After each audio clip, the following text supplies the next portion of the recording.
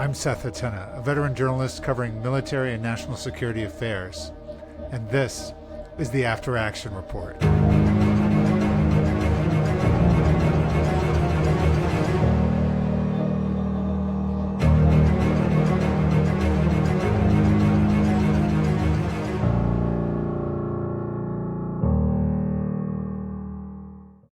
If you follow this channel, you've probably seen the video of Air Force Combat Controller John Chapman fighting bravely and alone on the summit of Takur Ghar on March 4th, 2002.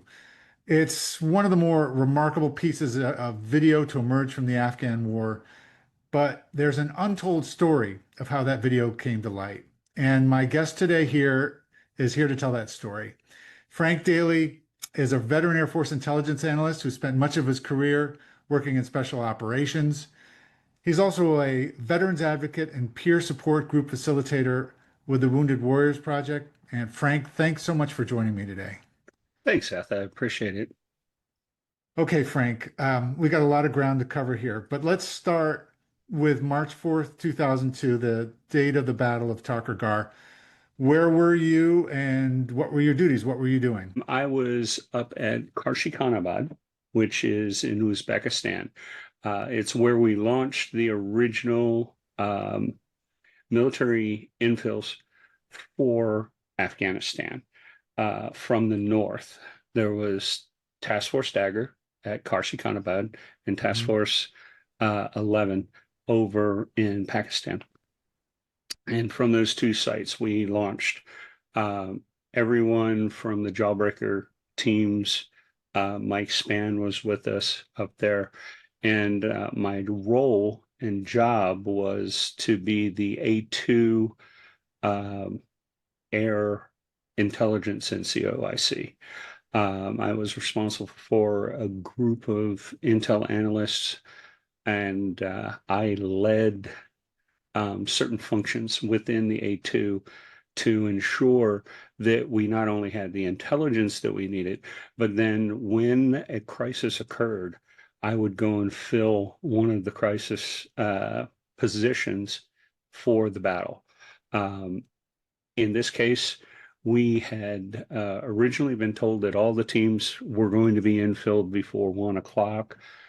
We ran through our checklists and checked all the missions, and we were not in contact with the team out of Gardez that was Mako 330. Unit Chapman was on, right? Yeah. The one that John and led by senior chief at the time, Britt Lubensky. Right. And we didn't get their delay. We did get word that they were looking to do a 24-hour hold and reset. And the next thing that we heard was, we've got an aircraft down, or we've got a isolated personnel. And then about 50 minutes later, we had a team on the ground trying to do a PR event. And that was the infill of the Mako 30 team with John Chapman and Britt Lubensky and the other team members pushing in to try to recover Neil Roberts. Neil Roberts, the SEAL who fell out of the back of he was the SEAL that fell out of the helicopter. Neil's story doesn't get told enough. Yeah. I agree. A gunner on the 47s had fallen or slipped when it got hit by the RPGs up on the hill and had slipped off of the ramp. He was being suspended below the helicopter, which is really dangerous, especially if it's going to land. And Neil, the reason why Neil was untethered before the aircraft got to the mountain, he untethered, went out, and this just shows the total power that this man had. With one hand, reached down and pulled the gunner back onto the ramp. And it was at that time that a second RPG hit the aircraft. It lurched, and What I recall from the debrief is that the gunner turned around and very shakily said to me, he was smiling when he fell. Neil was. Now, was he smiling or was he gritting his teeth, preparing for the thud that came immediately after? Neil went off the aircraft with his saw, um, the squad assault weapon, and which was his primary weapon, and he hit the ground so hard that he bent it, Wow. rendering it inoperable. Right. Um, And at that point, the helicopter, the pilot of Razor Zero 03, Alan Black, did an incredible job taking an aircraft that shouldn't have been able to fly and at least getting it off of the X, off of Right. the triangulated fire from three different directions, and landed at about 2 miles away Right. down in the valley. At that time, the teams had reorganized. John Chapman got on the radio, did the Mayday Mayday, and passed the first part of the information that we had was that they had landed in their LZ, their planned LZ, and had gone ahead and had a guy fall out, and Right. that they were now separated. The problem was is that the flight plan that they had or that they planned was not the same one that was filed and sent to the rescue forces. Um, Earlier in the day, we had a delay of analysis of the mountaintop. There were trails that looked like they'd been used recently. We'd never seen any indications of humans there. However, the trails in the snow just didn't happen. So we had assessed that there were some people up there. We did not have a number and we had not observed anyone. We really needed to get the AC-130 with its IR camera overhead Hmm. and then have that go go out and find us the targets. Um, the intent was the team to infill about a two clicks out and do a night patrol into a position where they could observe, then have the AC-130 come in the next night and clear any of the enemy. So they were really on a reconnaissance and fire support mission. And if they had flown the way that they were supposed to, this we wouldn't be talking right now. Right.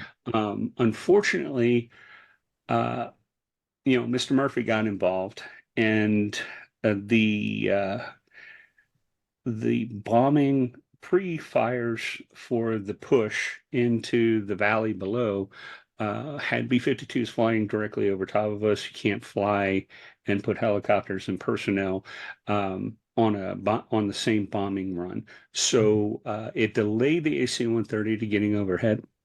You've had Rob Harrison describe what it was like on the AC-130. Yep. And what wound up happening was the team ran out of time. It was going to take 3 to 4 hours for them to move only 2 kilometers in the mountain in the snow, uh, quietly proceeding to an area where we assessed that there were enemy. The problem that we had was exacerbated by leadership saying, you got to get in the game. Right. And that was one of the tough things that occurred on the at the end of the third, beginning of the fourth.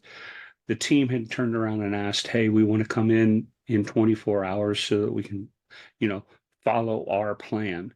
Hmm. And what happened was the SEAL commander at the time was a gentleman named Tim Szymanski. You'll hear that name several times. Um, at the time, Commander Szymanski turned around and lambasted the team leader who had said, "Hey, we're gonna reset 24 hours out." Um, to a point that he, over the radio, according to several people that have shared it with me, said, "Dadgummit, you're a goddamn frogman. Excuse my French.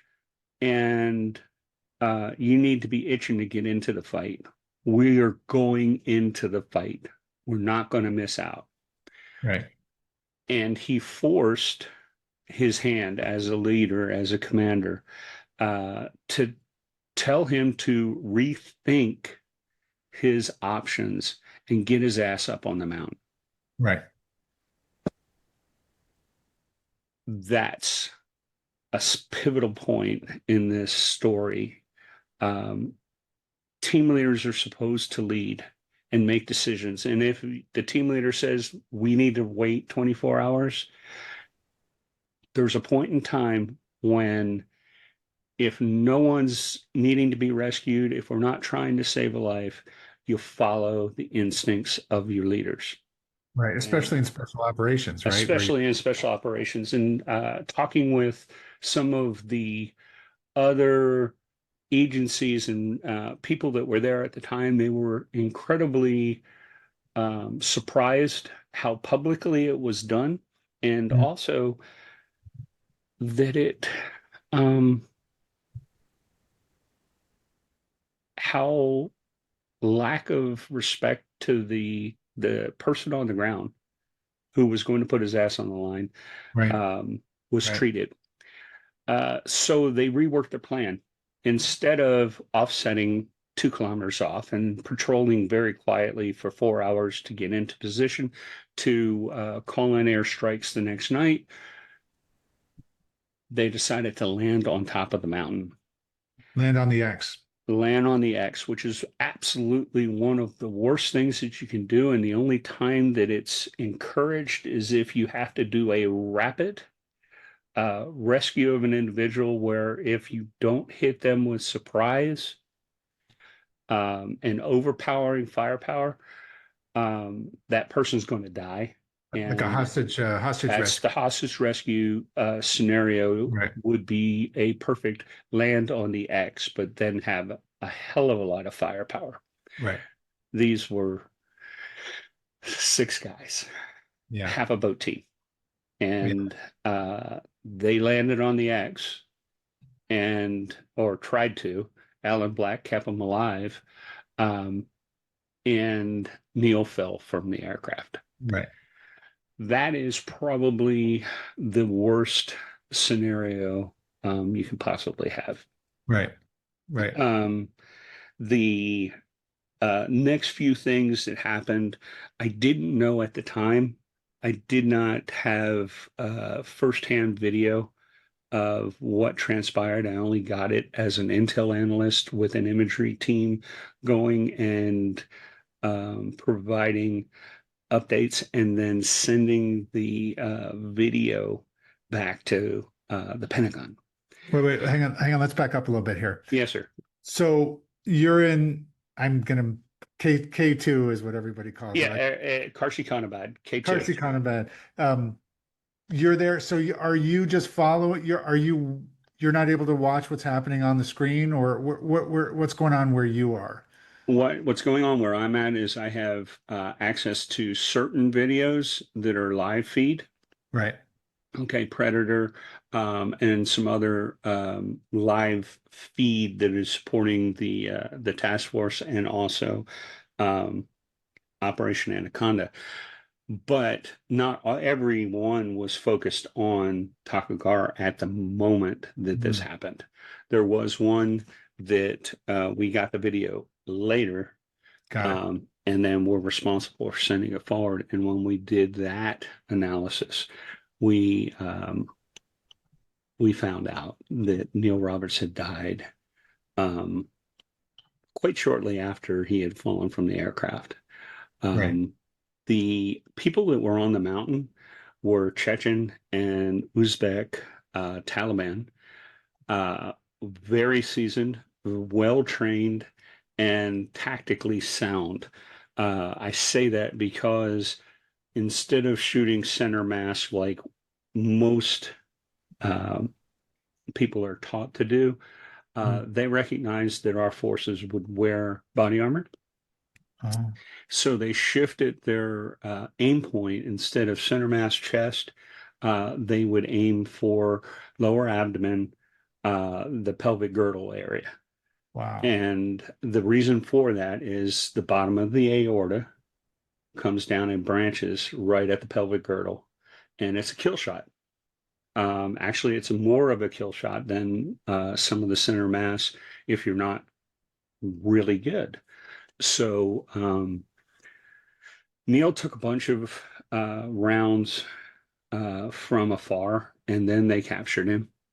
There's a point in time where we thought he was pulling a pistol, and in reality, it appeared that he pulled his knife to when they came at him, that he was going to fight them that way.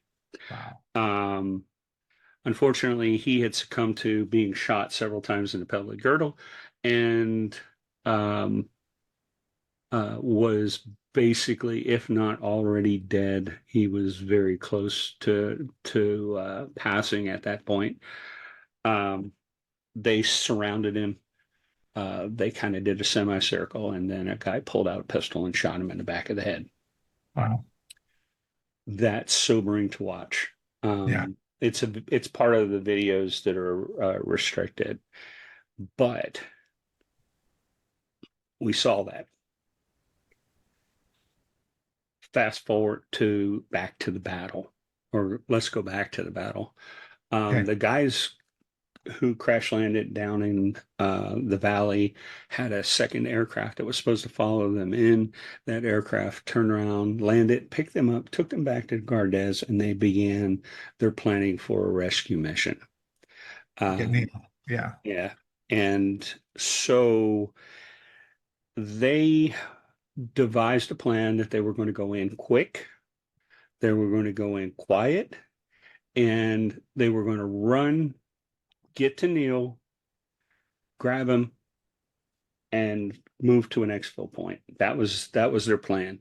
Um, what was said was drop anything that's heavy. We're moving quick. We're moving fast. If it's not ammo, leave it. So they stripped down and they went in with a heavy load of ammunition and weapons.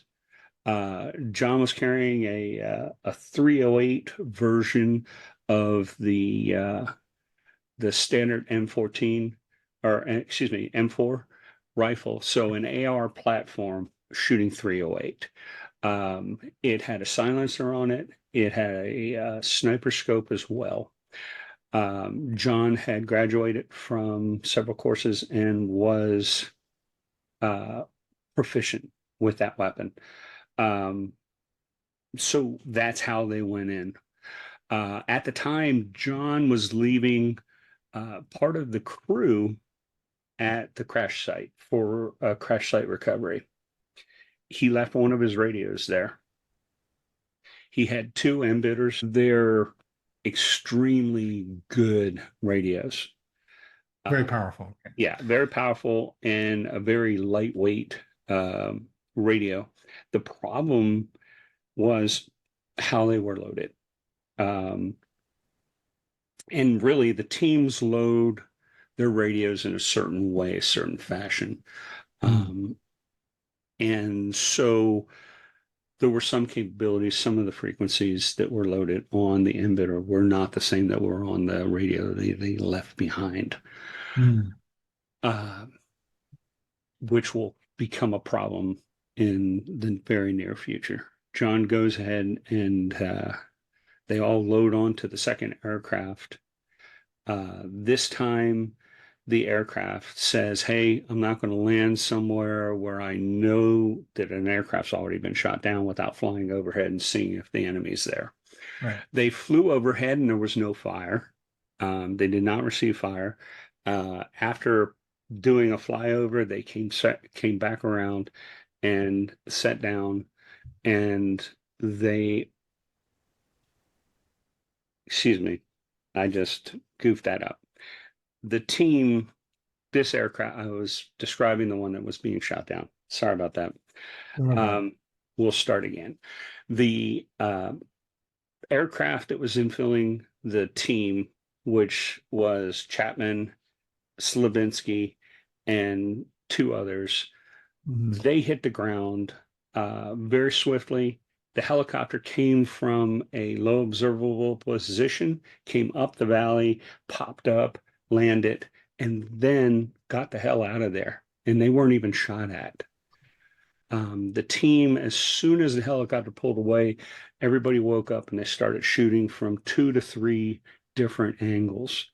The most effective was the one that was at the high ground, directly above them, about 100. I want to say it was like 126 yards up, 23-degree slope. The bunker, Um, right? that was bunker one. Yeah. And there were two individuals in the bunker. They had effective fire going down onto the team.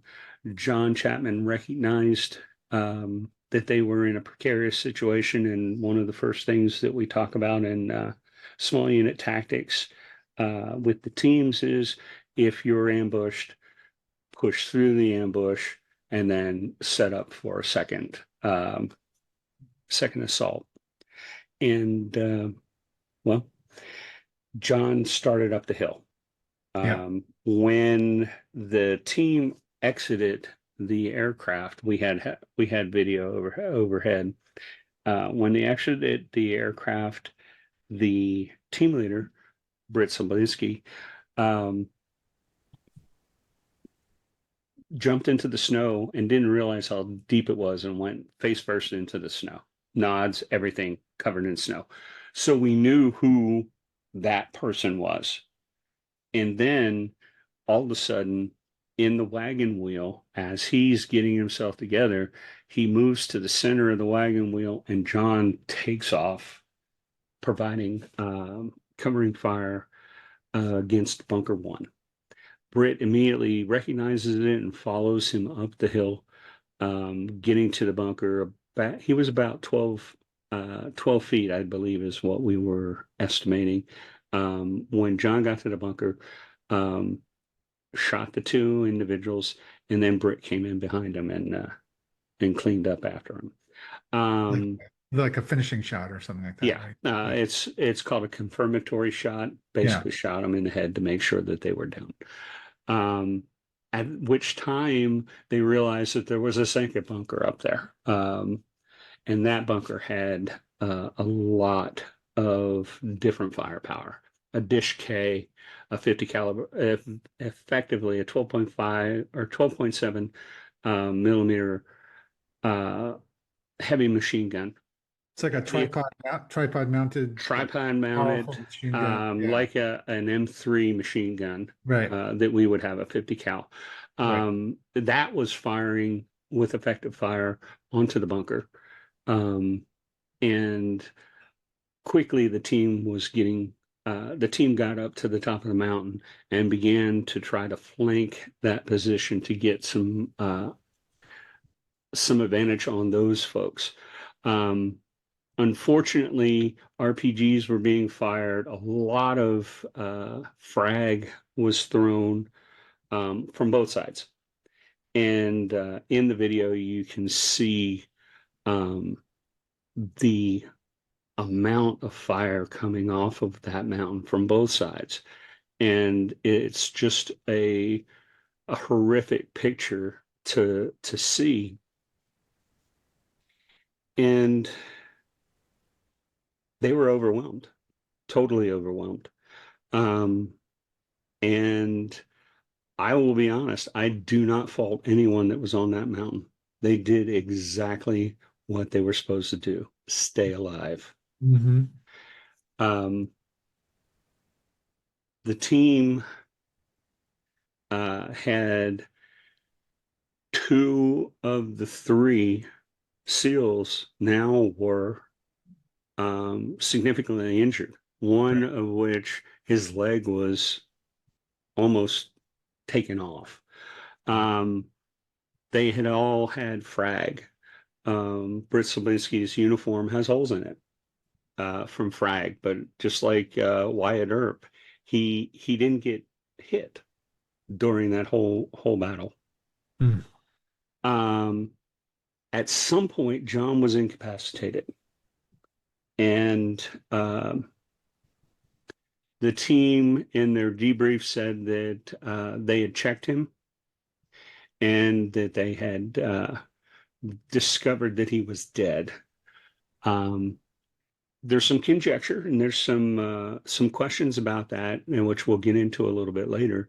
One of the things that we did observe in the video was there were several RPGs that were what we would call ricochet duds or misfires.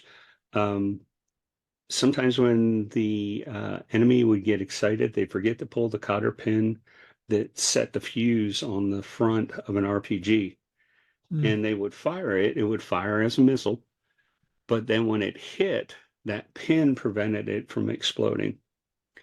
There was one that deflected right over the bunker that, in my opinion, probably was part of the reason why John was incapacitated. We did find, when we found John, there was a bruise on top of his head, and that very well could have been a glancing shot that knocked him out. So Um, just so I understand, he got hit in the head with an RPG that didn't explode. that's the conjecture. Right. Okay. We don't have any proof other than we saw an RPG deflect in the vicinity of where he was at. Wow. And the description that everyone had was he was laying in a unnatural position. And the original story was is that they checked him and he was dead. Right. Right. Um, the rest of the story is tied to the video. The teams, once they recognized that they were combat ineffective, that I believe it was Turbo's leg was mangled, and that they had to literally drag themselves off the side of the mountain with only one person physically able to help the other three. So they proceeded and did the tactical maneuver. They popped smoke, threw it towards the enemy to provide cover with the smoke as they moved to the right side of the bunker to a what I describe as a very, very steep, if not a cliff, a very steep side of a mountain. And their intent was to go over that edge and roll down the mountain as far as they could get away from the enemy Hmm. to survive. And again, your job is to survive beyond uh, the battle that you're in. Right. Um, And Britt made a call at that point, right? Did you hear that? Do you recall that? I did, I have heard the call after the fact. I didn't have any audio Okay. where I was at. I did have video, but I did not have audio.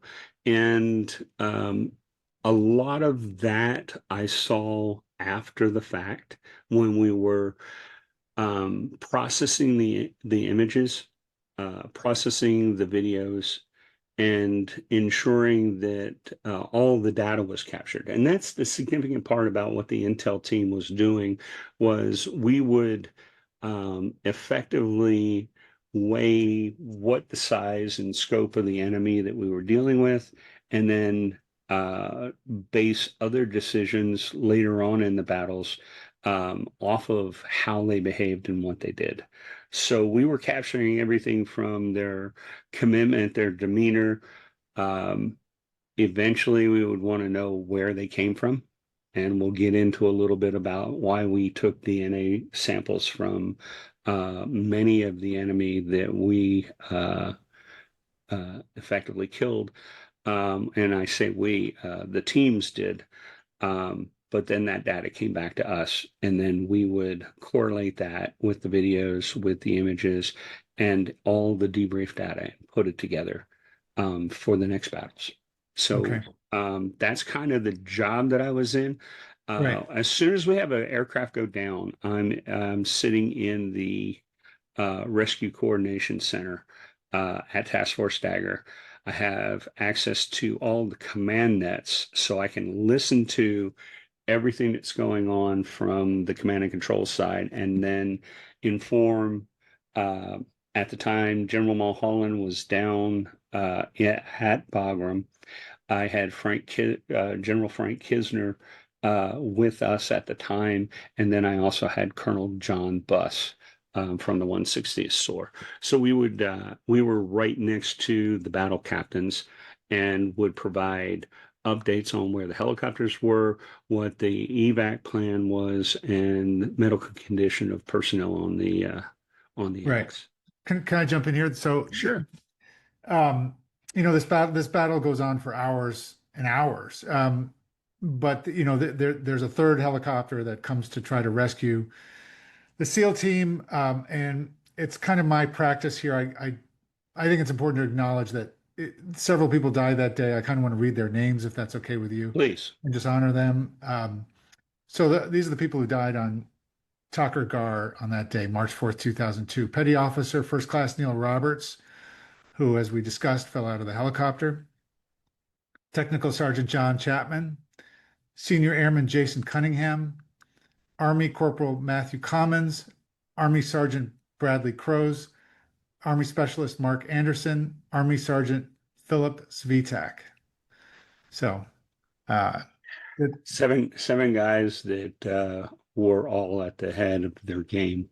yeah, The Rangers, as you said, the Rangers came in to provide a QRF for the for the SEALs. for the SEALs, Yeah, and the team that came with the Rangers included another combat controller, a attack P, as well as the Rangers led by Captain Nate Self. right. Um, he writes about his experience on this battle in My Two Wars, which is a book that I highly recommend anyone that is interested in this to get yet a different perspective on the battle and the aftermath of what happens when you're faced with this type of a battle. Yeah, and the loss Um, with it. Yeah, yeah, yeah. Um, okay. Can we jump ahead a little bit sure. to well, where you're back in K2, let's just say, in Uzbekistan, and now you're starting to amass all the data from the operation that comes in, right?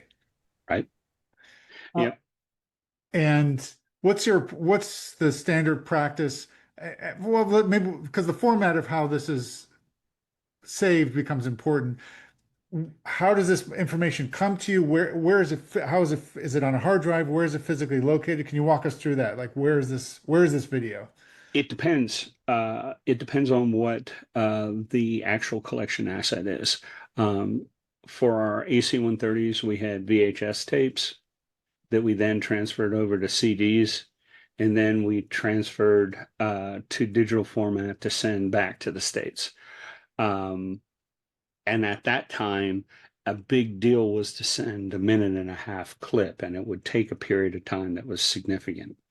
So that limited how much we could send at a time Hmm. in a package or on digital format. Um, yeah, we had just gotten uh, email where we were able to email back and forth. So Right. Okay. the videos were very hard to send back and forth.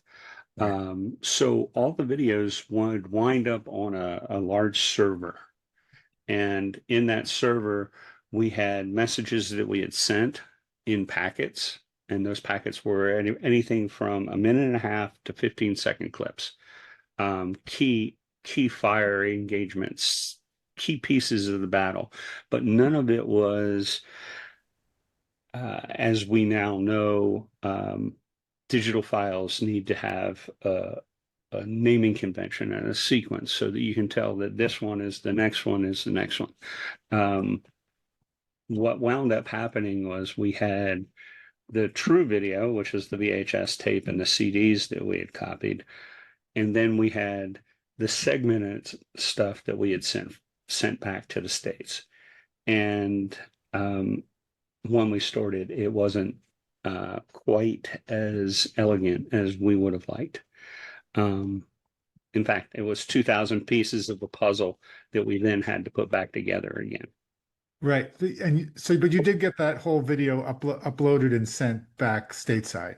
Yes, but it was in those little It was packets. chopped like a jigsaw puzzle, basically, that Yep, you thrown up exactly. together. Yeah.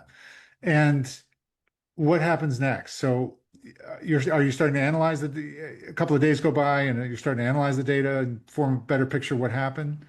I didn't sleep the whole time that they were on the mountain. In fact, my boss tried to get me to, and I said, "Boss, that's my team up there.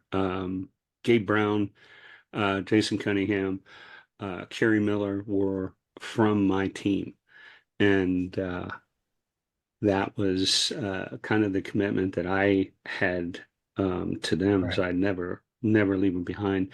Right. So I sat at a desk, not very glamorous or glorious, but I maintained my position, and until they got back to Bagram and were on the ground, um, I stayed where I was at. And then afterwards, as the videos came in, our imagery analysts started doing what we call scoring it, basically capturing key points in the battle and then putting it into a format so that we could do the analysis and write the reports.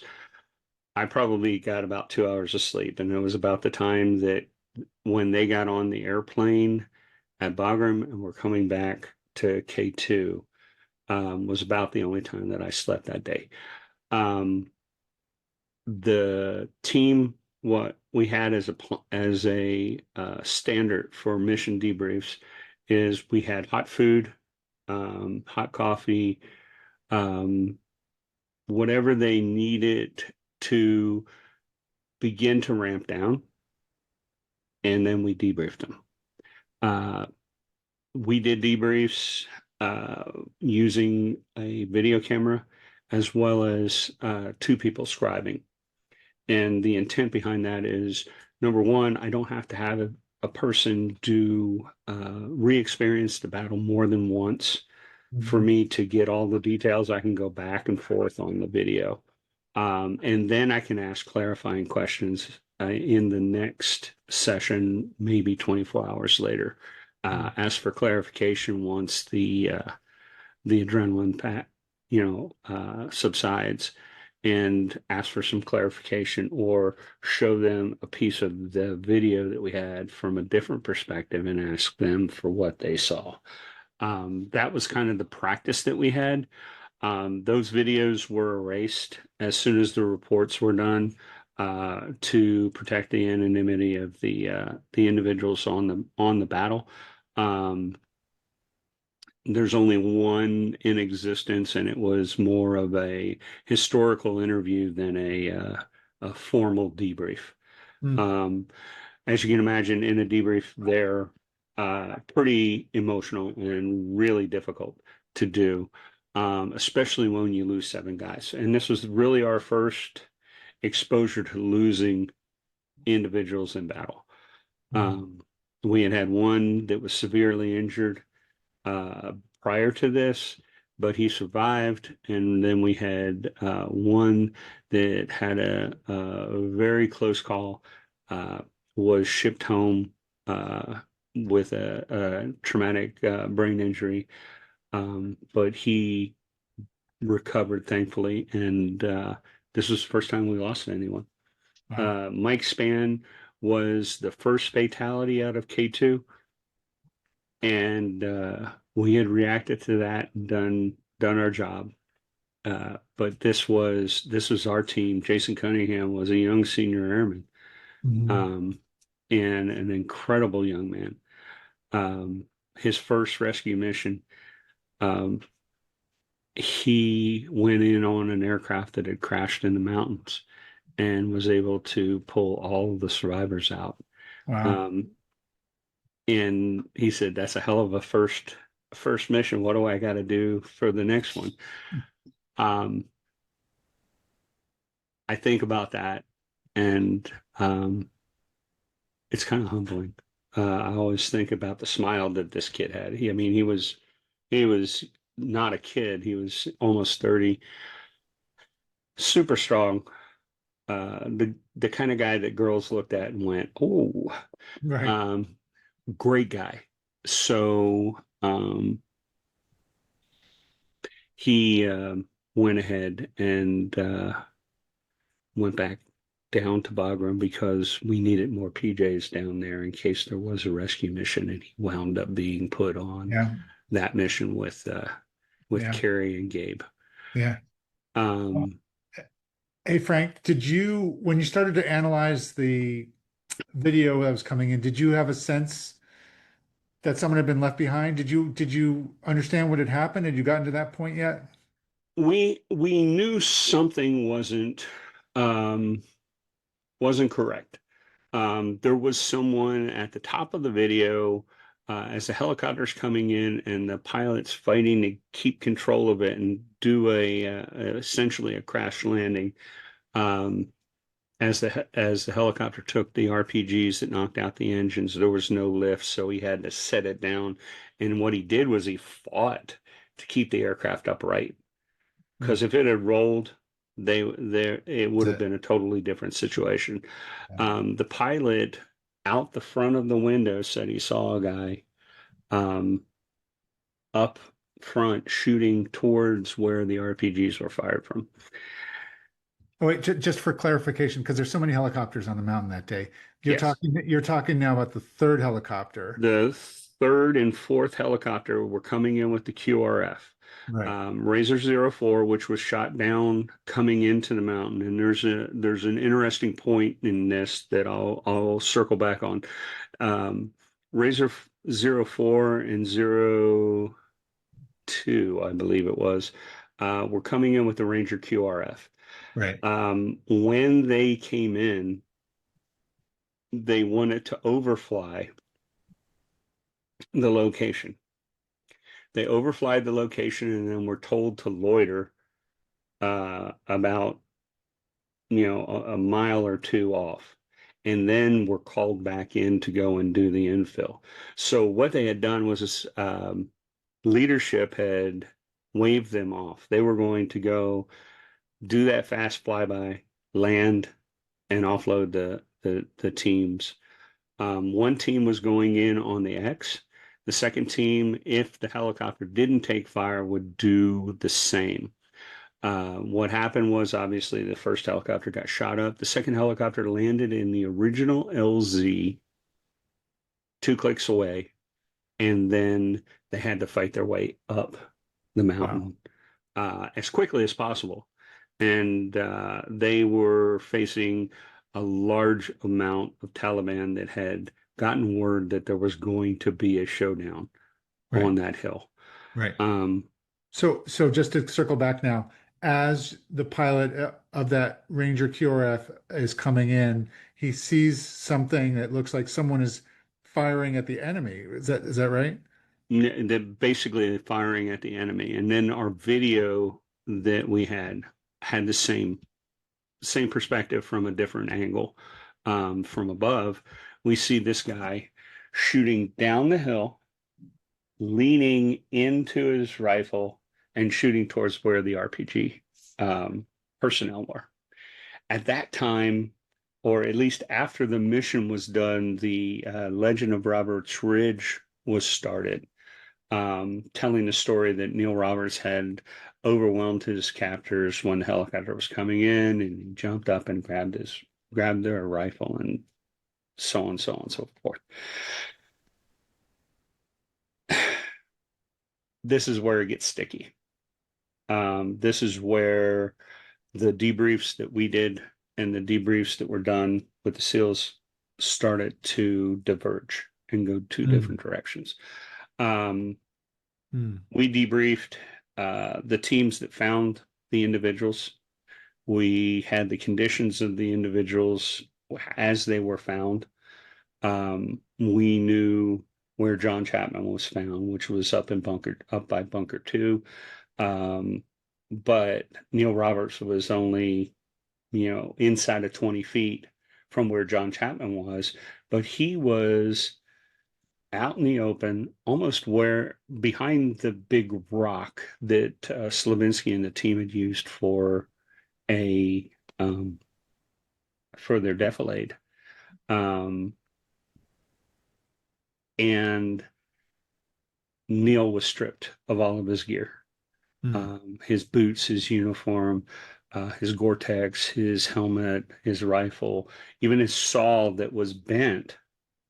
They took, and it was found down in what we called the chapel or the mosque, Right. um, off and down the hill a little bit. Um, the the problem with that is it was very obvious that the enemy had time with Neil. And when John was found, he was in his uniform, fully clothed. None of his equipment was gone. His rifle was still attached to his harness, and his rifle was functional.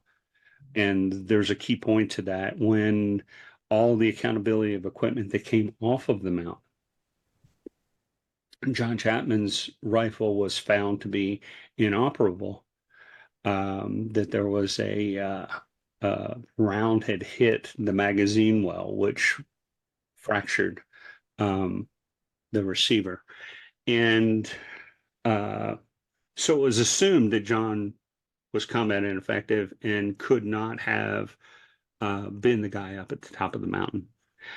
Um, the story about Neil Roberts was uh, beginning to be told out to all the different groups in the different community that Neil Roberts had been that guy and he was going to be nominated for the Medal of Honor. Mm. But then we got the video that showed when he was killed, and it didn't meet the timeline. That was the first time that we said something's not right. Um, but because we rightfully went to our bosses and said, "Hey, look, um, some of what's being told right now is not kosher." Um, they said, "Oh, okay, we're gonna check in with the people that are in charge." And they told us that they were sequestering all of our data and the full videos and the CDs that we had made of the full video um, were then um, sequestered and taken away, classified as LIMDIS or limited distribution, because of the tactics, techniques, and procedures used by the special forces or special Mm. operation forces during the battle. Um, I saluted smartly and just did what I was supposed to do. Handed them over. A gentleman came in civilian clothes, and they took the whole kit and caboodle. Someone came to K2 and took your video, literally took possession of the videos. They did, and what we were told is that it was to be used as part of an investigation. And there was an investigation that was done. It was ordered by uh, General Dale Dailey. It was commissioned. The head of JSOC at the time, right? Yeah, the head of JSOC, and he had one of his lieutenant colonels from the 160th SOAR, Andy Milani, uh, conduct that um, investigation. So that all made sense to me. There was going to be an investigation. Things weren't quite as smooth as they could have been, and we were going to learn from them. We were going to get lessons, and the intent was that that report would bring clarity to it. In reality, because of some of the divergent stories or the storylines, um, he was led to a point where he said it could be one of two things or one of three things. The first one we know isn't correct because it was not Neil Roberts at the top of the mountain. It could have been John Chapman, but his team leader said that he was dead. But what doesn't make sense is why the enemy would shoot at their own people instead of shooting at the face of the helicopter. Because that vantage point that that individual had, if he had turned and pointed towards the cockpit, he would have killed both pilots. Mm. So Andy Milani said, here are the two possibles. It could be John Chapman, but the team leader said he was dead. And the other option is that it was a green on or a red on red on red. They got confused at the point of the morning in the transition from to daylight and start shooting at at their teammates. Okay, what do you do? Yeah, and but the way that Andy put it in his report, he went and basically left the door open for further investigation. But at the time, this is what we weren't going to pick a fight with people that we were fighting side by side with in the first battle of the 21st century. Okay. Right. That's just the way it was. A lot of our teams intermingle. Combat controllers were with SEALs, they were with special forces, they were all over the place, and they were force multipliers. Combat controller JTACs were the best at what they did. Mm-hmm. So if we upset the apple cart at that time, it would have damaged relationships. Um, and we also had a belief in the integrity of the system. So at that point in time, we read the report, we watched the videos, and we packed them all up and put them in a classified drawer. At no time did and one of the questions that we had talked about before was how did I get access to them? Yeah. My job was to secure them. At the end of when we stood down Task Force Stagger, my imagery analyst came to me, a dear friend.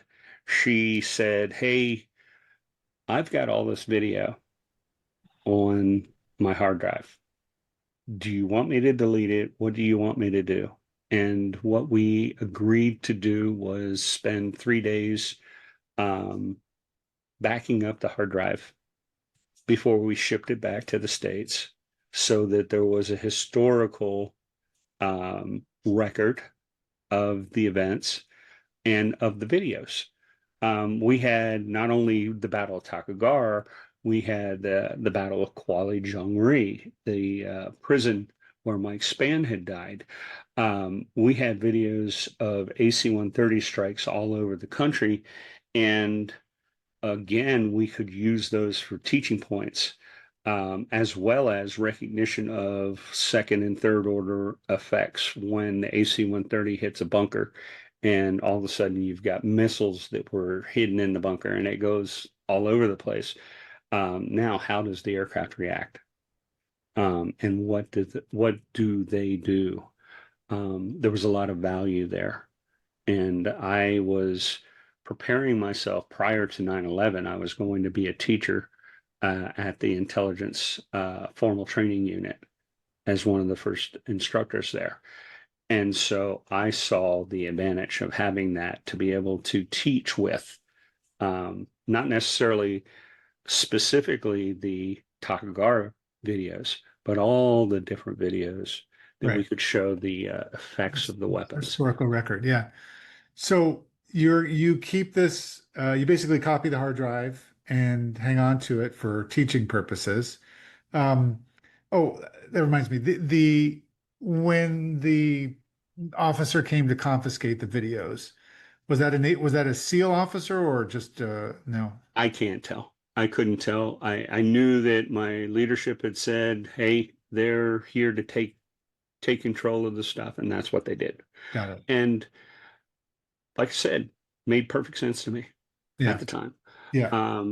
So we, what we did with the videos specifically for Takugar was we wrapped them up, packaged them, and put them in a separate um, safe drawer that had its own lock specifically for um, that type of material, limited distribution material. And each time that for 15 years, now think about that, for 15 years, each time that a new intelligence officer came in, they'd take control of the box, they'd account for it, and then keep it there. Those videos stayed in that drawer for 15 years. Yes. Wow. And were they, what were they, was this a hard drive or CDs? What was the physical? They were CDs. So you had a bunch of CDs in a drawer Right. They for were 15 labeled. years.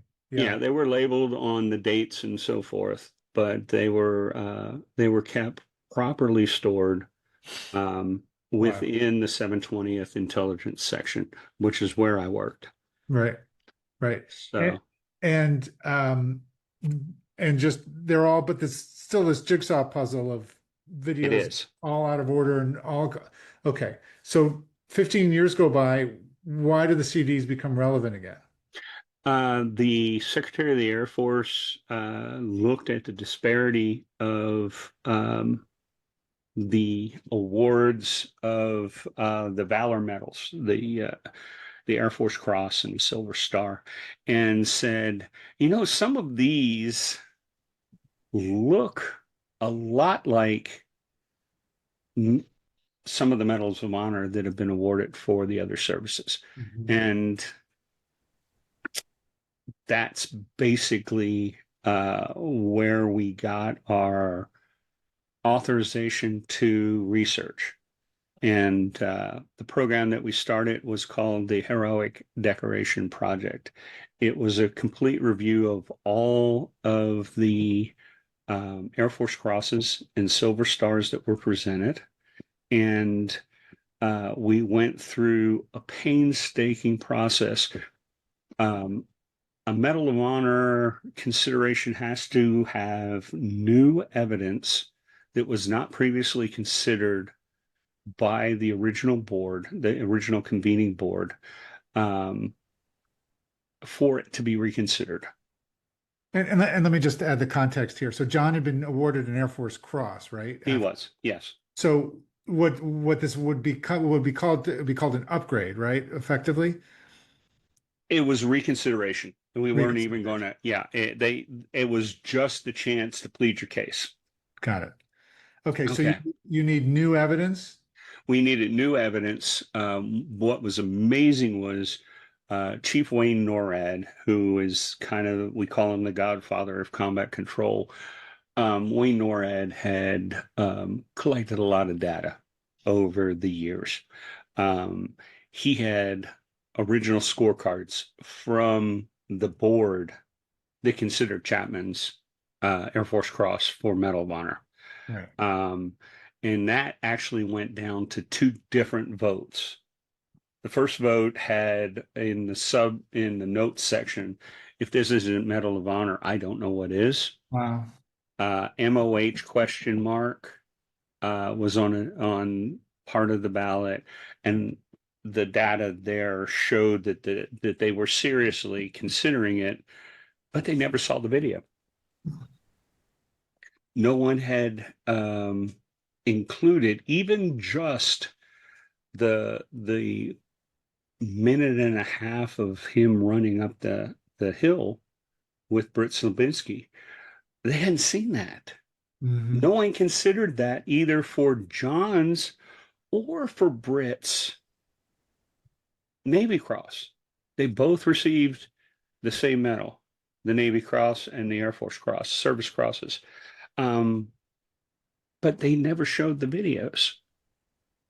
So at that point, we said, okay, here's our avenue to get into that. And I said, I know where the video is. And a bunch of people looked at me and said, what? And I said, it's in the Intel vault. And at that point, some of the videos were out in the open. In fact, Stone Phillips had done Right. an expose on Roberts Ridge from the perspective of the Rangers. And that was really important for the Ranger side of the house, because just as I had discussed that John's rifle had was in op when it came home. The reason why it was in an op was after John was found, they found out that his rifle worked, and it went to a weapons consolidation point. There was a saw gunner um, who had his saw. He had melted both barrels that he carried in the firefight, trying to get up to the uh, the rest of the team. He landed in the 2 kilometers away and fought his way up.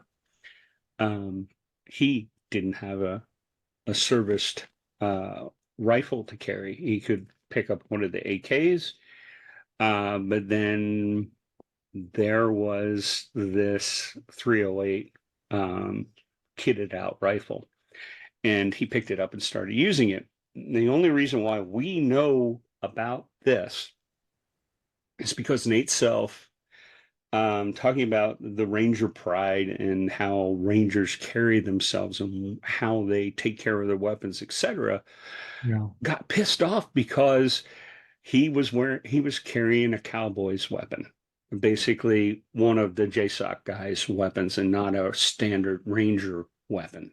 And hadn't also been painted camo and Yeah, exactly. And he, that's how Nate Self recognized he didn't that like it that. wasn't a Yeah. Ranger's weapon. Right. Right. And Wait, if can I just set the scene here? Because this is kind of a yeah, remarkable scene, what's going on here. Just for the non-military folks. So the Rangers are fighting this battle that goes on for, I forget how long, but it's multiple hours, it's 18 hours from the 18 first hours. infill.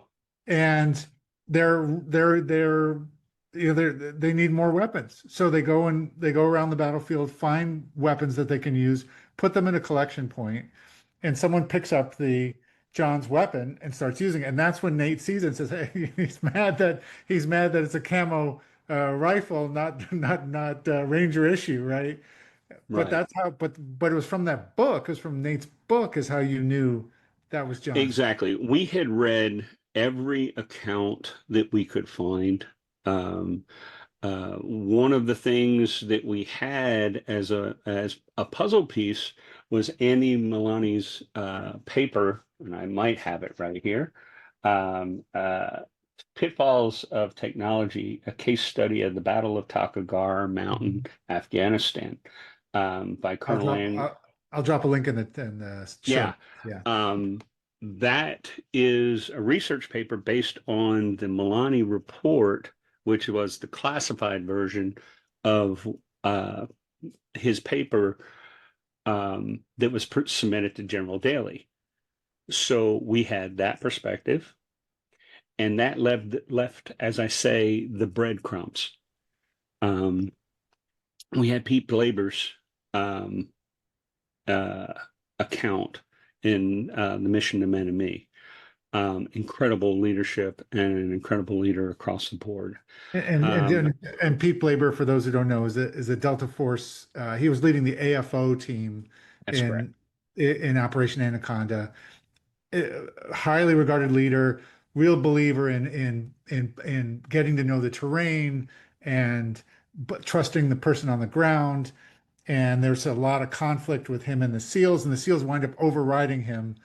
We will save that story, but the SEALs wind up overriding him and basically forcing their way into the mission is what They happened. forced their way into the mission. They put a team that had not acclimated um, Right. on the mountain at Right. 10,000 feet in freezing temperatures, and they wound up fighting for their life for most of the day. Right. Um, Right. but yeah, the all the Wait, could, different perspectives from the different books um, came together, and we started to put the puzzle together before we even touched the videos, recognizing where the holes were, and then once we got to the videos, um, it became apparent we needed that expertise of our imagery teams that were above and beyond anything that we had at the unit when they looked at it. They went on, and one of the people, now Chief Master Sergeant, was probably one of the best imagery analysts that the Air Force had at the time. And she happened to be assigned to the 720th. And she and a senior airman put together the 2,000 piece puzzle, matching times, matching data, matching frame for frame, that they all put together to have a full video from 3 different perspectives wow. and times. When General Brad Highholt was getting ready to leave and hand over the command to Brad Webb, uh, both 3-star generals, both incredible leaders. Um, Brad Highholt insisted on decorating the group of researchers. And, first of all, civilians don't get they don't normally get a medal. Um, but he made a point of recognizing us, and our answer was, "Sir, we don't need a medal. We just need an invite to the Mm, event. We need mm, an invite to the White House." And he and both General Webb delivered on that. That was probably one of the highlights of our lives. right. Um, but they put that together. I was included in a lot of the collection of data, the research, going back to John's rifle. Um, I wound up making a cold call on a gentleman who had carried that rifle all the way through, and he said, John's rifle saved my life. As they were loading the last of the casualties onto the last 47 getting off of the mountain, the Rangers were picking up the deceased and putting them on the aircraft. And the individual that carried John's rifle slung it across his back, across his sciatic. And about that time, he was hit and knocked to the ground. And he's like, shit, I've been shot. And he's like, I am not going to die on this damn mountain. And he reached around and did his check, and there was nothing there. Mm, The rifle had taken a 7.62 round to the magazine well. And that was when John's rifle was combat ineffective when they were coming off the mountain. Now put all that together. And this is the story that we have. John was knocked unconscious, did appear to be uh, deceased. The team was combat ineffective, and they had to make a hard call. Um, and I know this is so painful for the Chapman family. And I've talked to Terry and Lori, and as I said before, I cannot fault the decision to survive. Um, it's not easy, but that's an important part of it. yeah. Unfortunately, um, what happened afterwards and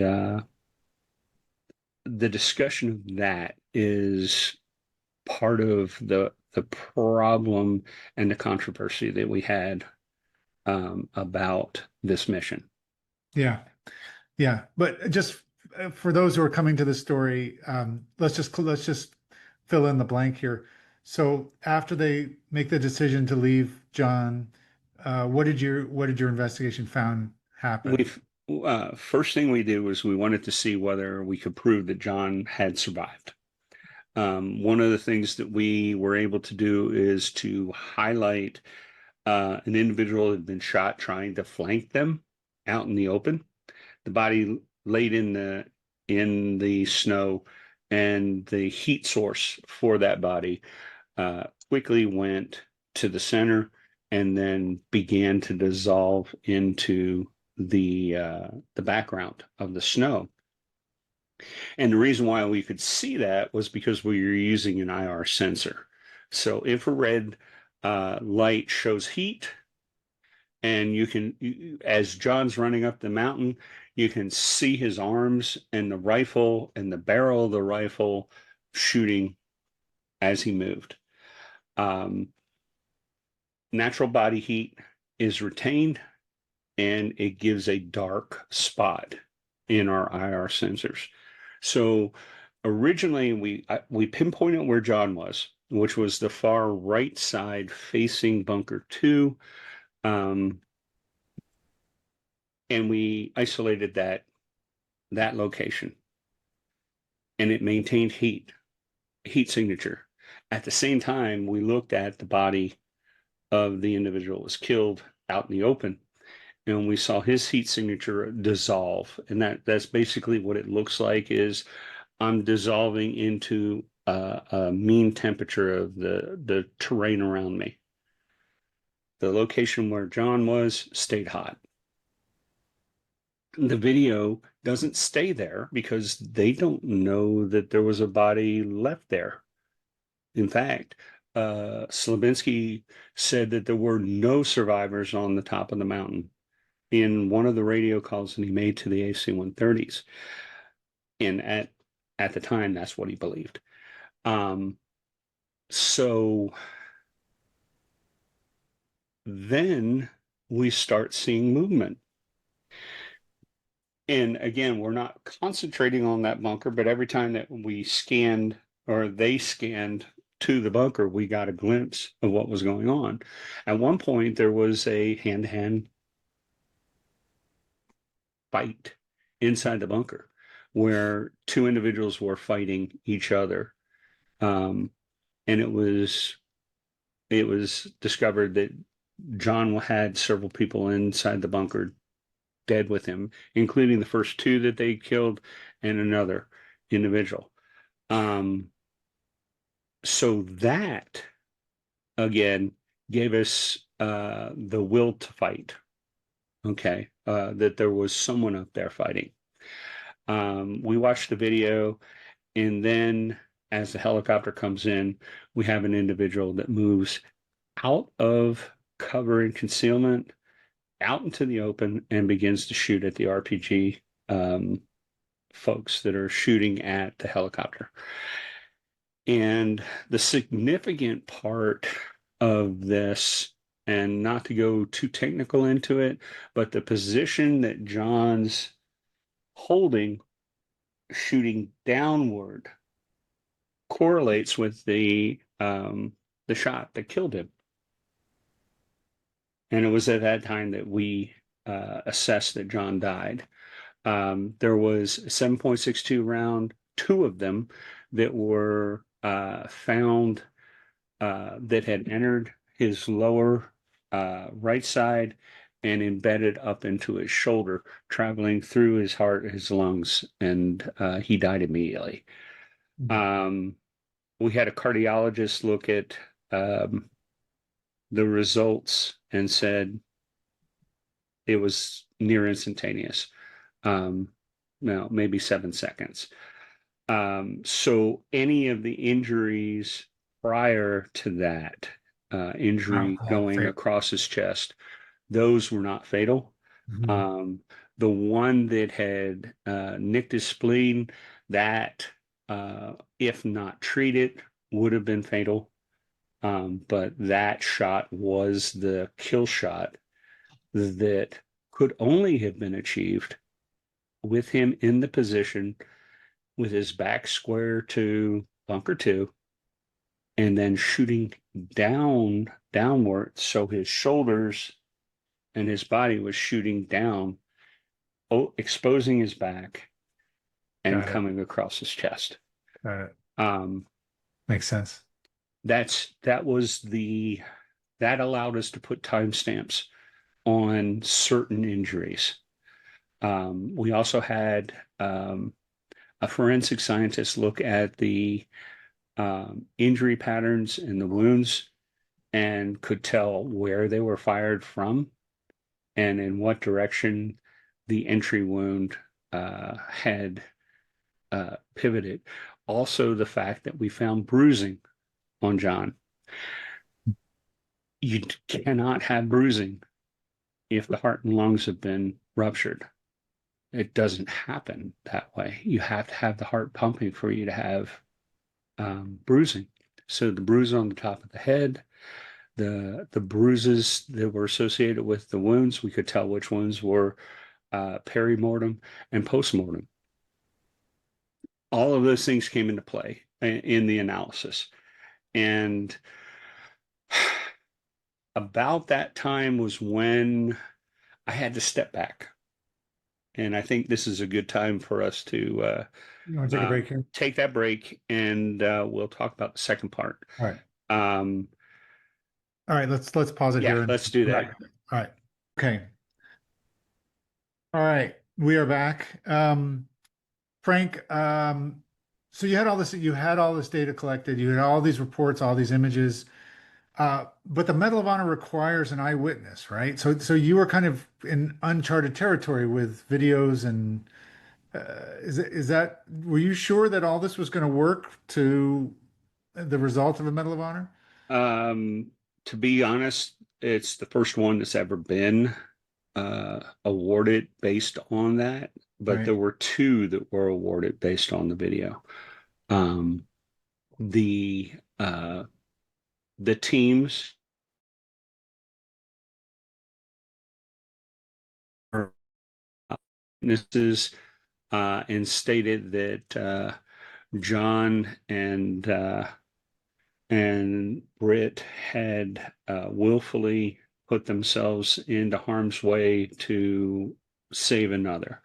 Um, they recognized the danger and the likelihood of not coming home, going and flying and doing that mission. So, in that, um, those three gentlemen, including Britt Lubensky, um, and his teammates, supported the eyewitness side of did he understand the nature of the mission that he was about to perform?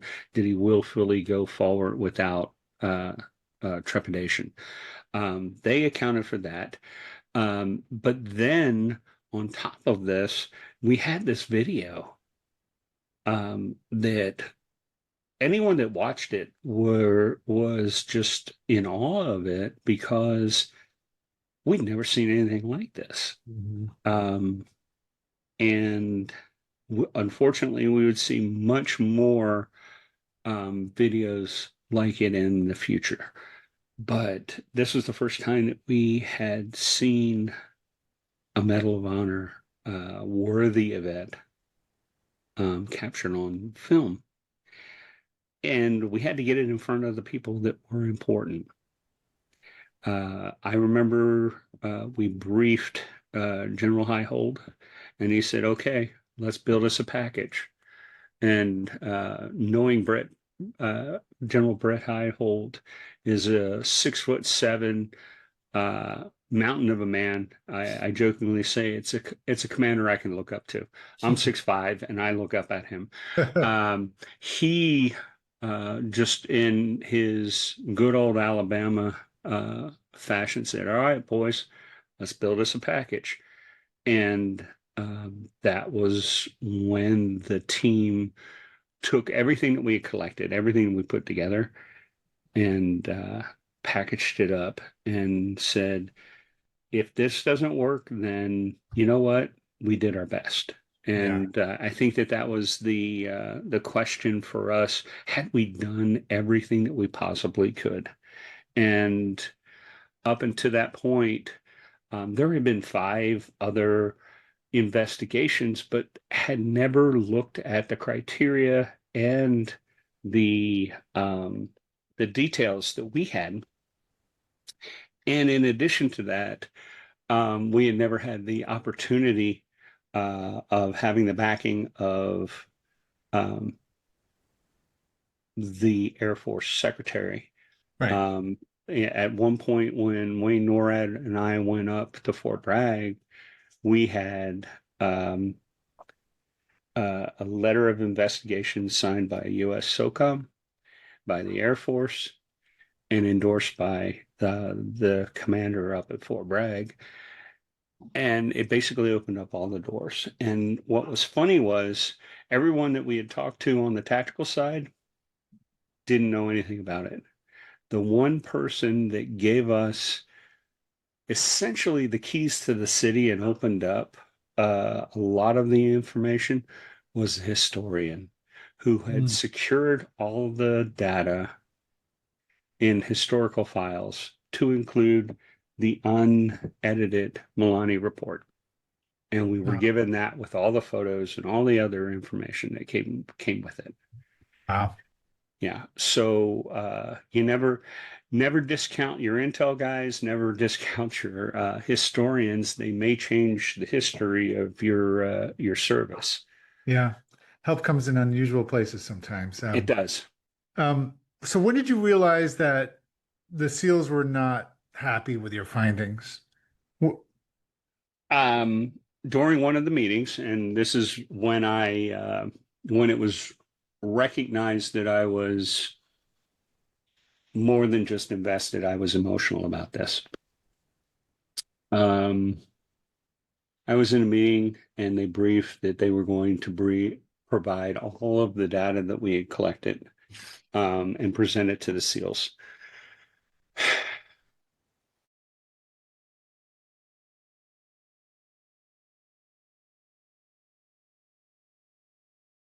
Which is kind of a slap in the face, but hey, it didn't surprise me.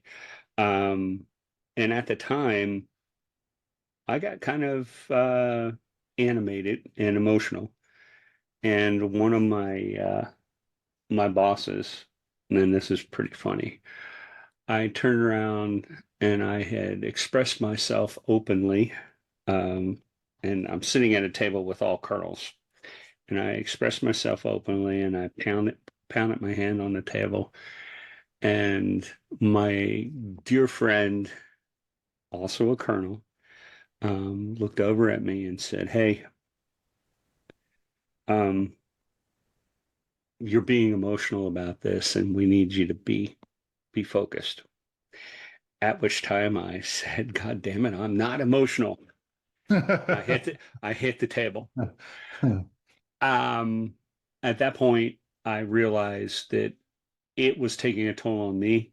Um, and um, to be honest, as my service dog is looking over my shoulder crying because I have her outside the door, um, I had faced PTSD and I'd also faced um, survivor's guilt and what we would call a moral injury um, from this battle. And the reality was is that I was dealing with all of that, hmm and this was very cathartic for me, but it was taking an emotional toll. And at that time, good friend of mine, as I said, a colonel, Mike Flatten, turned around and said, "Hey, man, I need you to step back and take care of yourself." Um, and I'm glad he did. It pissed me off at the time, but I'm glad he did. Yeah. Um, Yeah. because I was driven. This was um, at one point I had our chaplain and I used to go and take walks all the time, and I turned around and he asked me, "Hey, what will make you feel better about this situation?" Because I was upset about receiving a medal for doing something that should have been done 15 years ago. Mm-hmm. And the chaplain asked me, well, how, at what point are you done paying back for this transgression or what happened? And I said, once that medal's awarded, once John's recognized for what occurred, then um, at that time, I think I'll be, the debt will be repaid. And those discussions and being able to step back was probably one of the best things that could have possibly been done for me personally. I'd seen 64 guys across 28 years in the service. I've lost people that I had taught, people that I had worked with, teams that I had supported, and it takes its toll. Yeah. Yeah. And so um, reliving all that was really tough. Yeah. I'm going to grab the dog real quick. Just a second. Yeah. Come here. Come on. There she is. All Come right. here. So, Say hello. what's the Say time? hello. Oh, yes. Mm. Uh-huh. Okay. What's the time frame? You stepping back there? There you go. Say What again. what was the time frame on you stepping back? That was probably late 2015, Okay. early 2016. I was given periodic updates, but I was not actively doing the interaction with the SEALs. Rob Harrison, as well as several other people, went up for the presentation with the SEALs and gave them um, the opportunity to rebut some of our findings, challenge the processes that we use to do the analysis. But each time that they would challenge something, we had already had backup material, uh, providence to show Yeah. the level of research that we had. Yeah. You did your homework. We So, Frank, it's one thing to review and maybe question your findings. When did it become clear that it had gone to another level, that they were actively interfering in the process? There were a couple of things. First of all, the account of how it was determined that John had passed on the mountain, or how he was assessed um, on the mountain. We were told at first that Britt Lubensky climbed over top of John, checked him for a pulse, and that he had passed. Mhm. Um, Later with the video, we could see that he never came within close proximity of John's body.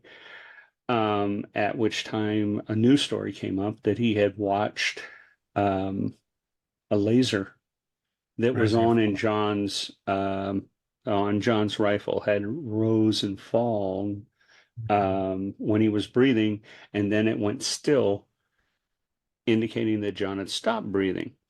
The only problem with that was we had the laser that was on John's rifle was an IR laser. And anyone that knows IR imagery or video, if that IR laser was on, we would have seen it like a damn lightsaber on the battlefield. So that story went away. And then the third story, the final story, was that John was laying in an unnatural position, and it was evident that he had passed. Now, going back to the theory that I had that he might have been hit by a glancing blow of an RPG that had glanced off of his head or his helmet. Um, that would knock you back on your ass and have you Mhm. laying in an unnatural position. Right. Um, and again, no blood, no foul. That's combat. Um, I know that's very callous to say, but the reality is that people are dying all around you. Yeah. And at what point do you decide that the remainder of the team is going to die um, Yeah. with that one individual? Right. The Um, SEAL ethos, however, says, I will never leave a fallen comrade behind. And now we get into the mindset um, of what we call the brand, um, yeah. the Yeah. SEAL Yeah. ethos. Can I ask you a question here? Sure. So just to set this up, I mean, you don't have to be in the military. Mistakes happen in war. It's as old as warfare. There's friendly fire. There's people get left behind. Mistakes happen. It's part of warfare. Why is it so difficult, or was it so difficult for the SEALs to accept that one of they made a mistake? Not an intentional one, but inadvertently left somebody behind. I can't speak for the SEALs. I can't speak for anyone that was on that mountain. All I can do is give great respect to what they did and occurred at that time. However, a couple things stood out to us. The SEALs themselves have a high bar. Just surviving buds is a high bar to stand up um, to go into battle and fight the way that they do. They've got a high bar. But one of my friends who was an Air Force Cross recipient once told me, don't ever allow um, yourself to believe the hype. Hmm. Don't ever believe um, the unfiltered stories that other people tell about you. Stay true to yourself. And um, Dick Marchenko wrote, I want to say it was like 20 different books. And each of the books got more salacious and more rambunctious in the lore of the SEALs. Um, and unfortunately, uh, one of our greatest fighting forces has a problem. They have a character issue. Um, some of them have found themselves above the law. Some of them have found themselves conducting, uh, doing things that are abhorrent. I mean, we have SEALs that have killed special forces members. We have had uh, drug issues. We have had all of these different things come up, and it's not just with the SEALs, but it is much more apparent in the SEALs because they are above the law. They're the Hmm. president's own. Um, boy, the SEALs. You know, how many times do you hear U.S. Navy SEAL endorses X, Y, and Z or writes an impressive book? Um, they live off of that. And that's what we have come to call the brand. Um, it's a marketing project. When Dick Marchenko went to jail, he wrote a book and then made money off of it. He made videos teaching some of the techniques that were being used at the time uh, to people like me. As a young man going into the special operations community, I wanted to learn as much as I could about these guys because they were legendary. Hmm. Um, but hero worship is a tall platform to go onto, and what's worse than the climb up is the fall down. Hmm. It, Um, is it about recruiting? I mean, is that what the brand is all about, or is it something else? you'd have to ask those guys. Okay. I honestly, I think it's part of the processing of being able to cut yourself off from all physical pain to Mm. get through buds. I think it's part of the endurance test that they go through. Even after buds, you don't necessarily have your Budweiser fully committed until you've done Seen a it. mish. Yeah. And that the team has agreed that you're part of that team. So, you know, those are the questions that need to be asked by leadership. Those are the questions that need to be asked by um, the teammates, specifically the NCO or the petty officers who are on the team, to ask that question of integrity, that question of character. Um, are we prepared to lie, cheat, and steal to achieve our goals? You know, Stanley McChrystal turned around and said he went through the Ranger. U.S. military academy, and the code of conduct is I will not lie, cheat, and steal. And the first thing he realized when he went into the Rangers and went into SF was there are times that I will lie, cheat, steal, Mm. but at what cost? Mm. And his book on character is phenomenal. Um, so those are some of the things that we're concerned about. Yeah. Um, and it honestly degrades um, the effectiveness of any combat force when they violate who they really are. Um, Friedrich Nietzsche turned around and said, "Be careful what you when you chase monsters, because you could become one Right. yourself." Where the abyss stares back. Yeah. Yeah. Yeah. Yeah. Um, that's a reality that a lot of people need to take a Yeah. deep breath Yeah. and look at. Yeah. There's another part of the Tucker Gar story. We spent a lot of time talking about what happened on that mountain, and you know, there were a lot of heroes that day. We should, but there was an aftermath There is. that didn't get talked about. And maybe we could bring, you mentioned him earlier, Tim Szymanski, the commander at the time. Um, Let's uh, talk. Let's talk about what happened after Tucker Gar.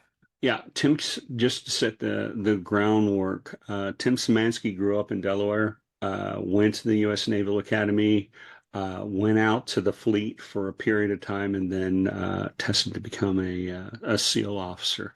He Mhm. was assigned um, out to Little Creek and then on to SEAL Team 6. He was raised by Richard Marshenko. He served under that regime at the time, and he uh, learned a lot about the mafia rules that Marshenko ran SEAL Team 6 under. Um, at the time, he was Commander Szymanski, a lieutenant colonel for all the other ranks in the services, uh, commander in charge of Red Team, and he was the individual that lambasted um, Britt Lubensky, telling him to get his ass up on the mountain. When they came home, as I discussed, Neil Roberts' body had been shot up horribly, and then it was mutilated. Um, they attempted to sever his head. I don't want to go into the gruesomeness out of respect for him, Understood. but it was horrific, um, by all accounts, people that had been exposed to what the aftermath was. And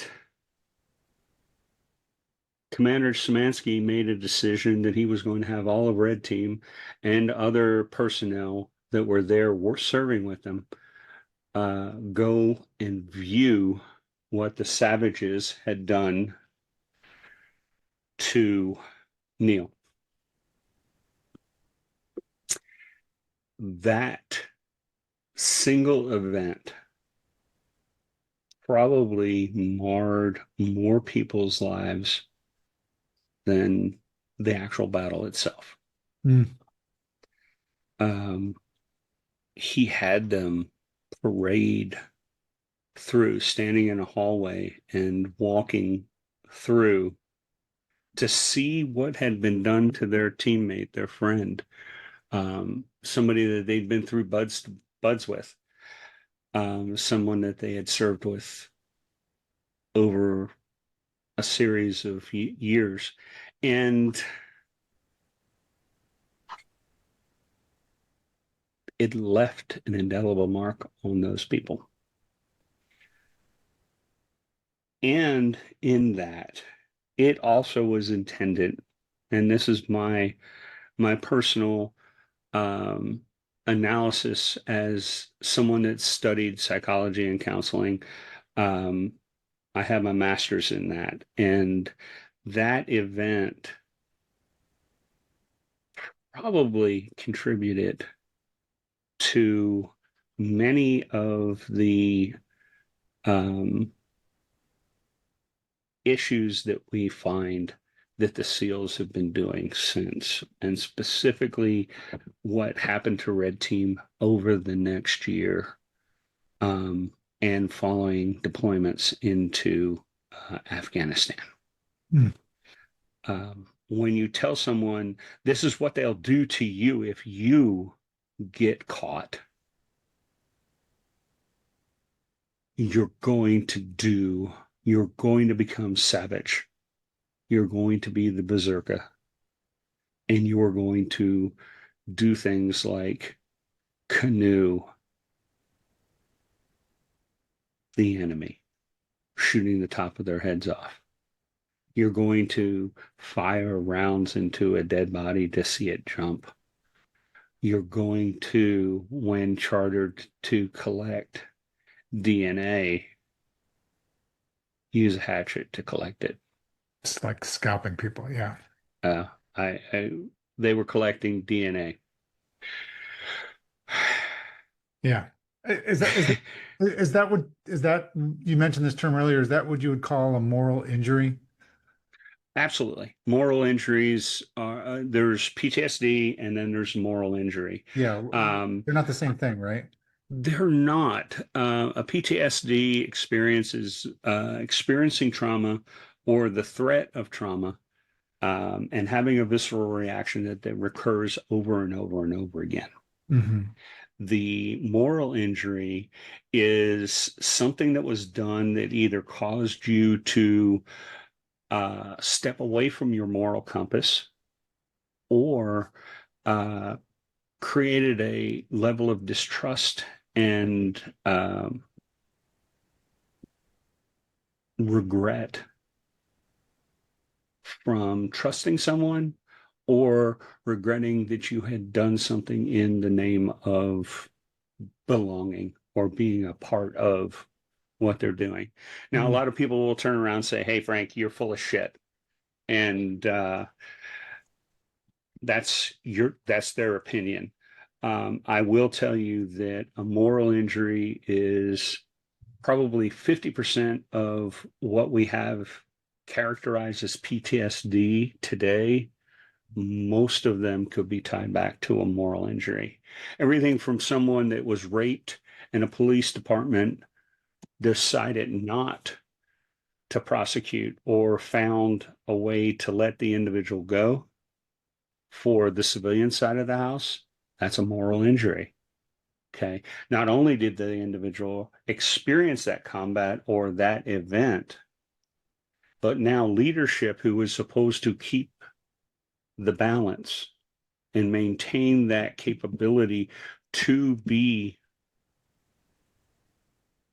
a noble part of the U.S. military, that is equally damaging and painful for the people.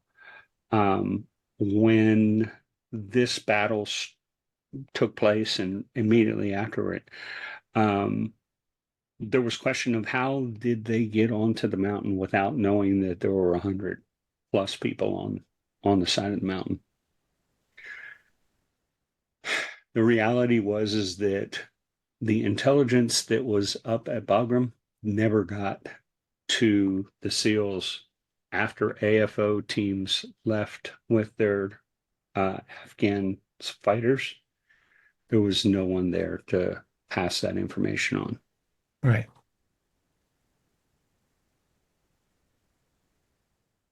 I was told that I failed. I took it personally. Again, cry me a river, Dailey. That's fine. But the reality is that people take things that they do with a level of honor and respect. And when they're challenged and told that they failed, it's a really, really painful experience. Mm. Not being shot, I get it, I'm a desk jockey. But the reality is that this is a significant part of what we're seeing with people with PTSD. Mm-hmm. When an individual is feeling the emotions that are associated with PTSD or a moral injury, and they go and ask for help, and they're not a shooter or they're not an operator, and get asked, well, why do you have PTSD? Those type of things create this injury. And it's tough to deal with. It's not something that's very easy to do. Yeah. Someone that has a civilian casualty where we struck a target, we hit the enemy, but there were 3 kids that got killed at the same time. Having that thrown in your face, it's moral injury. Yeah. It's traumatic. Can a if you're trying to cover up a mission like they were in Tucker Gar, can that You also create a moral? you you mean like rewriting history or giving a false statement? Yeah, Yes, when your narratives are absolutely. converging there, you're When you look at the um, debriefs of the team, um, the debrief had multiple copies, supposedly from each individual, but in the end, they were all a duplicate, mm, word for word. And then they weren't signed. hmm Some of the narrative, first that John was checked and they checked his pulse. Then they changed it to each time that the story changed, it's changing the debrief from what it was originally submitted in the very beginning.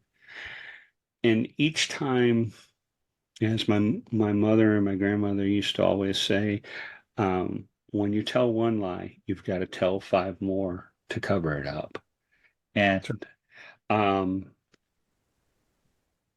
it's a situation that creates a lot of internal angst across the board. hmm And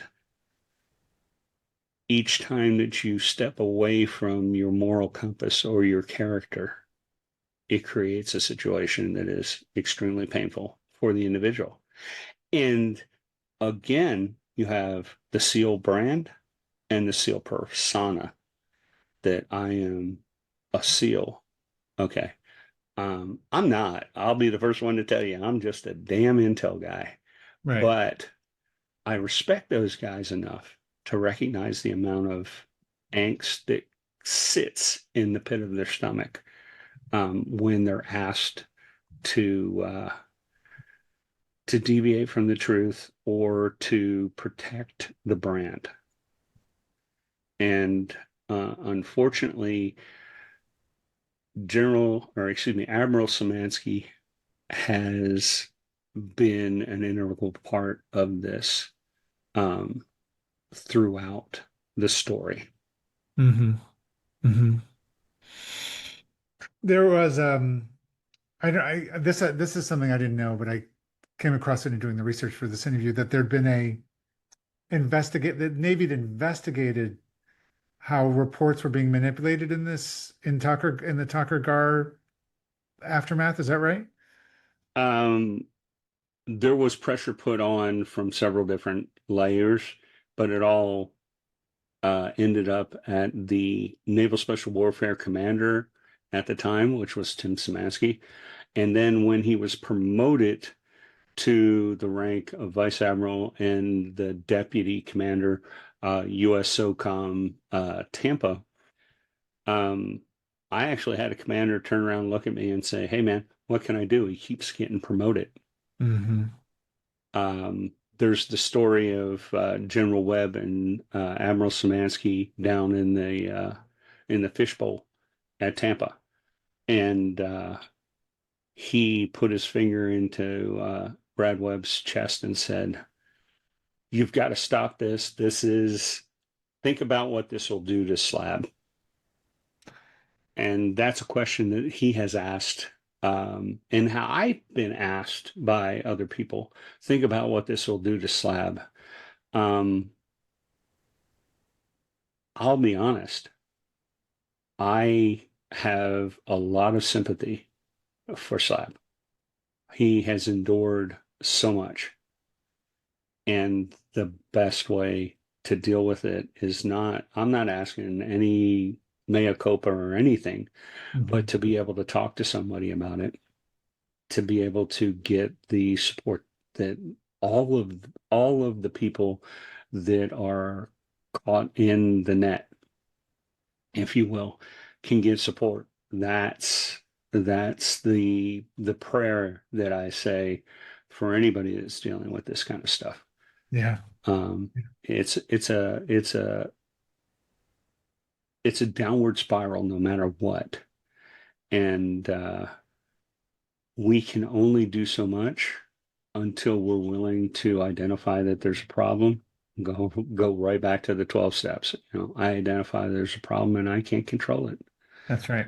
Um, So, in that, um, being able to speak out, I'll be honest, when you and I met and you wrote the article, the first article that you wrote with me as a subject, that was the very first time that I'd ever um, put it out for the world. And it was very humbling to see what my words, how you took them and shaped them.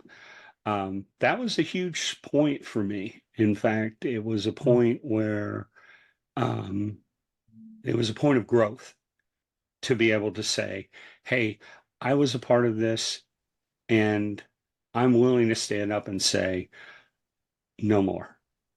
Um, I'm willing to tell the story because it needs to be told. I'm not throwing stones at anybody, but well, okay, maybe at one person, One vice admiral. Yeah. one individual, um, but that individual has ownership. He owns the brand, and he has the responsibility to own up for what has been done to his team. Yeah. I mean, this is a commander of Naval Special Warfare. I mean, this is the senior Well, leadership, the top of the top here. So, um, yeah, and thank you for saying that. One of the things I try to do is to be helpful, and helping people tell a story that's been long suppressed is something I can contribute. So I'm glad it helped yeah. you. Thank you for giving me the ability to speak. Yeah. Well, yeah. Well, you didn't need much of a push. Um, Yes, I did. um, okay. So there's another part of your biography here, which is that you've spent literally years thinking and writing about the psychological and the fallout from Tucker Gar. And I think you have a master's in I psych, have a master's in psychology and counseling. and Tucker Gar is a part of your research and work and Moral injury is moral injury. my moral injury is probably going to be my doctoral uh, research Got project. it. So, So we're working on that now. yeah. So maybe just kind of stepping back in the 10,000-foot view here, but what impact has the Battle of Tucker Gar had on the SEAL community over time? Well, it was the first engagement. It was the first big fight. Um, some SEALs have been quoted saying that um, if you don't have somebody uh, get winged, it's not really a deployment. If you don't lose a guy, well, that really didn't count. Hmm. That's a messed up idea. It's a messed up concept. And each time when you talk about fraternities or you talk about initiation or hazing, it's always worse than the time before. Hmm.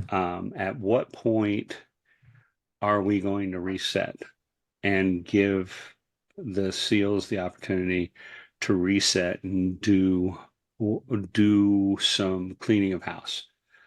Um, that big uh, overview, being able to look back and say, "Hey, we probably should have stood up to that guy. Um, we probably shouldn't have allowed an individual to make a statement and then recant it so that somebody could walk free. Um, or maybe we should have spoken up on something that was a matter of character and we decided to let it ride because that's the best thing for the community to for the brand. And that is equally dangerous because what it means is a drift away from the moral compass Hmm. and from the character that we need to represent as a U.S. military fighting force. Yeah. The anytime that we behave like savages, we're telling the enemy it's okay. Right. We have to take the higher ground, even if it means um, not beating your chest so hard. Yeah. Um, but again, it's not mine to turn around and tell someone how to do it.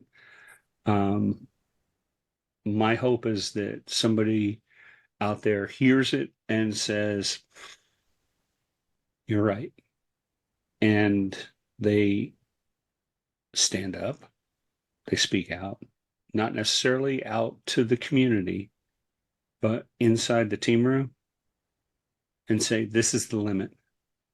This is the point." And if we can all do that, then we're going to recover some of the respect and the dignity that is associated with um, one of the most incredible fighting forces. I'm not gonna disparage the SEALs. Um, and God bless them. Yeah. I just want them to find um, peace and a centering point in their lives. Yeah. Does your research into moral injury provide a way forward here? Like, what does ethical reform look like? How do you fix a force that has been corrupted and how do you address moral injury in a meaningful way? It's each individual um, being able to um, talk about it, even if it's just inside the team room, there is some catharsis in just talking it out. But um, just like being jumped into a team or jumped into a gang, a team has to gut out buds before they get to the team room. Uh, Sometimes people are asked to do things that are directly against their moral compass, and once they've done that, they feel that they can't come back. Recognizing that they can come back, that they can regain their honor and respect. Go back to General Stanley McChrystal's book on character. He turns around and starts his book on the lowest day of his life when he had to walk into a president's office and say, "Sir, here's my resignation." Mm. And he said, "That lowest point in my life, but I was in charge. I was the leader. I didn't throw my men underneath the bus. I didn't lie or tell someone else that their person did something wrong. Right. I took responsibility." And that right there is huge. And I don't think that he misses a single night of sleep over that because he did what was right. Mm. Um, there are people that could have stopped this in 2002. And there are people that could have spoken out or stood up throughout the career to stop some of this.